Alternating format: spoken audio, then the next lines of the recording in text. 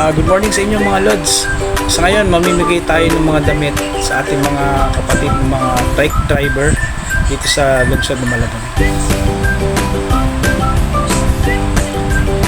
Ito ang isa sa ating mga trike driver at bibigyan natin siya ng polo shirt para may pamalit siya kapag napapawisan siya.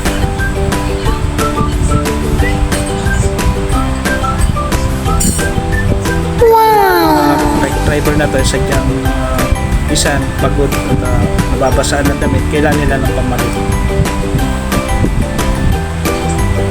Ito muli, meron pa tayo isang bibigyan, isang trike driver dito sa lungsod ng Malabon, at isa ito sa